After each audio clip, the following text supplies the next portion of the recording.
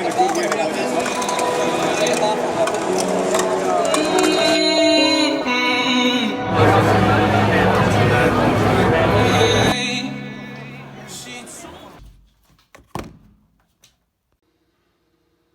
up guys, it's K 3 Technology. For this video I'm going to be going over Fusion 360.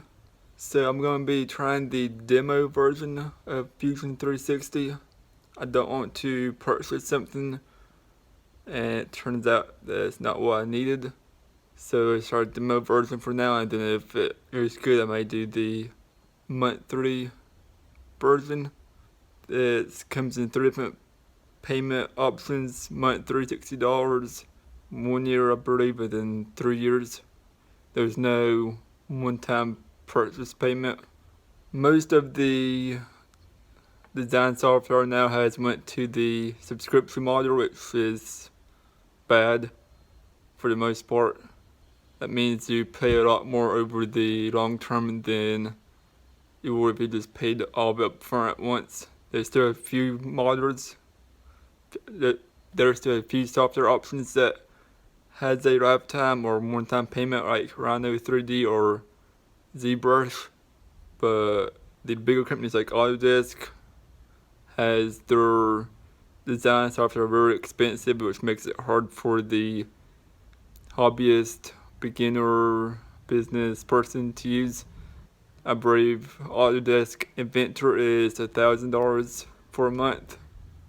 Then it just goes up there, depends on how long you want to use it for. There are other free options still available, like SketchUp or Fusion 360 if you're a student or something like that. But there's not many that has in-depth advanced design features, like making threads for screw holes or doing like a 3D model of something. If you've been watching this YouTube channel for a while, I've formerly used 123D design, but now that Mac software is updated, it's really slow now and doesn't work that well anymore. And also Autodesk dropped the support for it, so that's one of the reasons I'm trying out new software. I also want to try out a newer software so I can get some threads like I just mentioned for 3D printing parts. But anyways, let's get into the video. I'm going to download it onto a Mac computer and then just go over the basics. The first impressions when I download it, some of how the user interface looks, and then look at some of the more advanced features, maybe design something simple to 3D print. So here we are on Autodesk Fusion 360's website. Go and look at the pricing.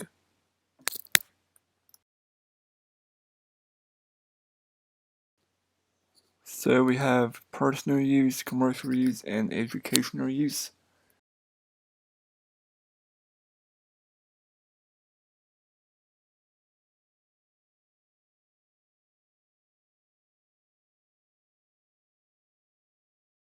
I'm going to click personal use, since commercial use is probably too expensive and I can't use educational option.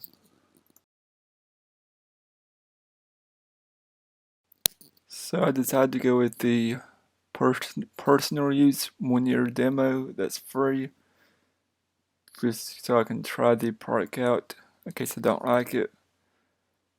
And that should give me enough features to be able to draw a few complex parts.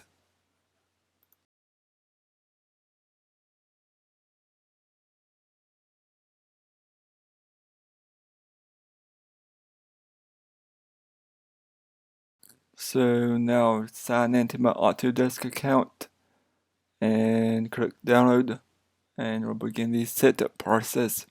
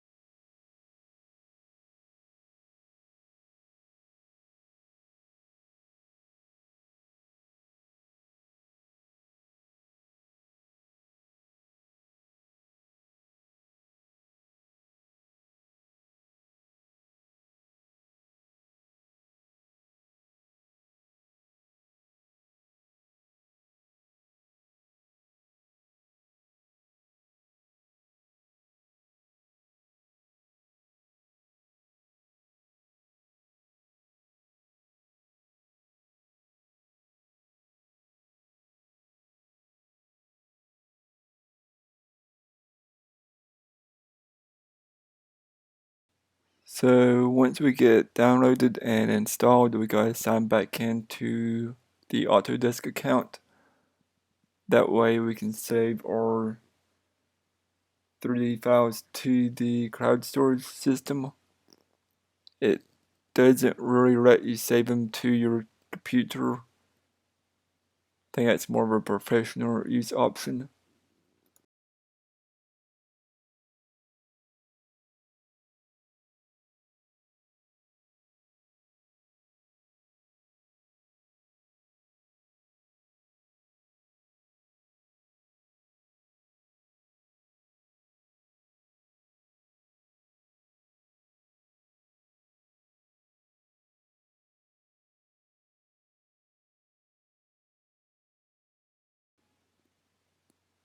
So now here is our first look at the workspace.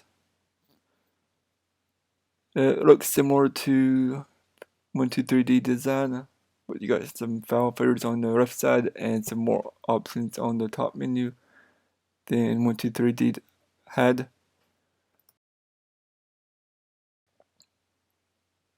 So now I'm just going through some of the tools and controls, trying to get used to it.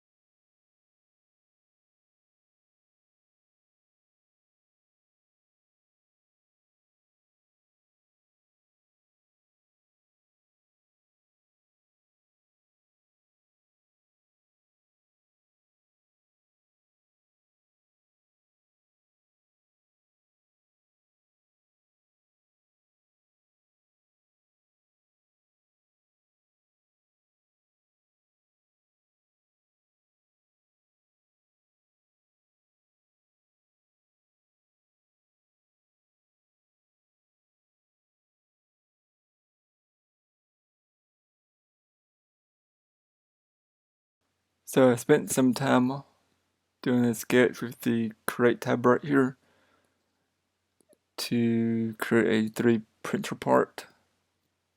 Pretty much just measured the lines out, and then once I did that, I hit finished.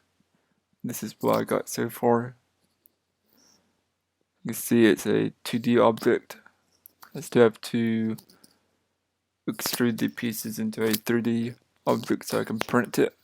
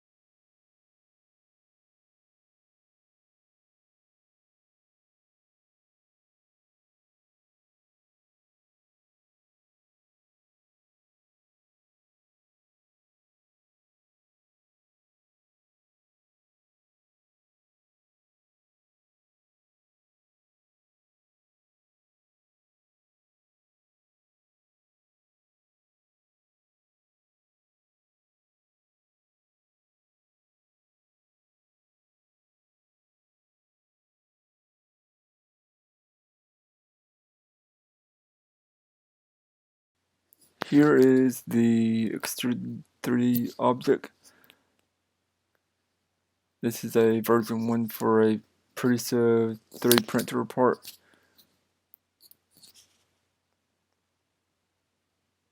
If you want to see what it looks like printed, you can check out our Instagram account at 3D Printing Technology, or just wait for our Prusa MK3S 3D print build videos. But now here's the export options we got.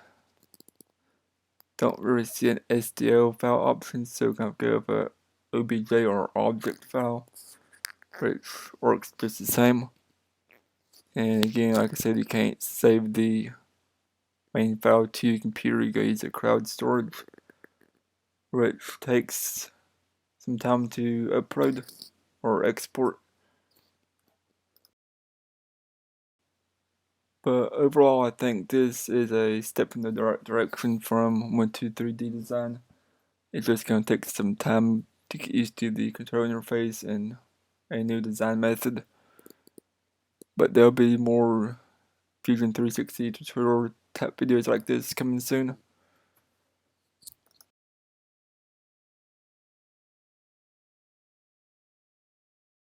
Anyways, that's gonna wrap up the video for this week. If you like this video or want to see latest videos first, make sure to click subscribe and I'll see you guys next time.